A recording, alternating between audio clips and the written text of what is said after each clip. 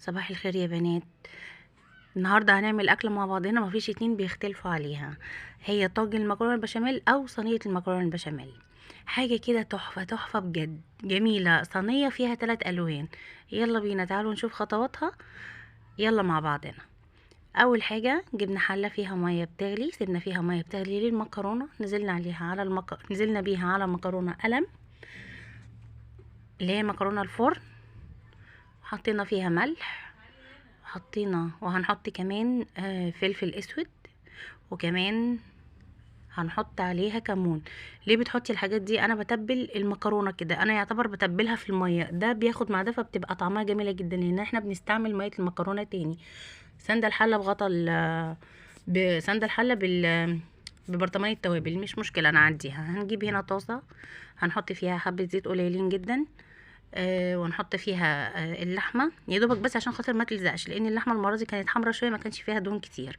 هننزل عليها بالتوابل عشان نشوحها مع بعضها، ملح فلفل كمون كزبره، حبهان مطحون وحبه جوز الطيب، وهننزل عليها هنا بالبصل وهنقلبهم مع بعضهم كده. خلاص المكرونه استوت واتصفت ونزلت تاني في الحله، وما غسلناهاش عشان احنا متبلينها، فدي مش هتتغسل. احنا هنا بنقطع قرنين فلفل على اللحمه، طبعا بيديها ريحه حلوه جدا وطعم جميل قوي. بس بعد كده هننزل عليها برضو بطماطمايه عشان خاطر اللحمه يعني بيحبوها تبقى حمرا شويه. نقلبهم كده مع بعضهم وياخدوا في بعضهم. طيب هنا ميه المكرونه اللي احنا اهو كنا متبلينها، باخد قيمه كوبايتين وحط عليها نص كيلو لبن بلدي. هي ميه المكرونه هنا سخنه، هنزل بالبشاميل ده. كيس بشاميل عادي خالص بنزل بيه.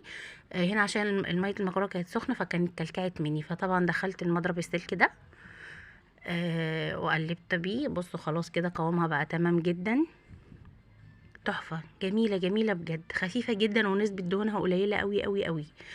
هنا طبعا بنحط يعني اقل من نص البشاميل على المكرونه، ونقلبه في قلب بعضه كويس جدا، ان احنا عايزينها تبقى جوسي، مش عايزينها تبقى ناشفه كده، احنا بنحبها تبقى كده اكتر.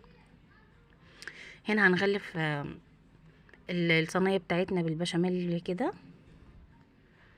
بعد كده نزلنا بنص كميه المكرونه كده، نزلنا باللحمه بتاعتنا. بصوا اللحمه حمرا وجميله جميله بجد، طعمها كان تحفه وريحتها جميله جدا، جربوها هتعجبكم جدا.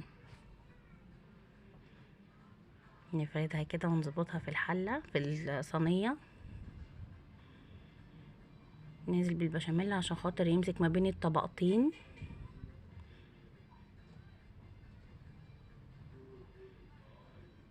مش كتير الكميه، مش كتير يعني، هما قيمه معلقتين من دول بس هننزل بنص الكميه التانية.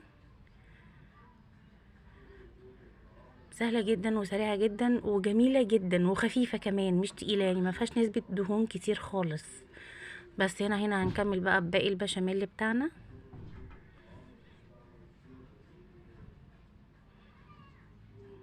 كده بنظبط البشاميل عشان خاطر لو في مكرونه ما فيهاش كده، هو بيشرب كله من قلب بعضه.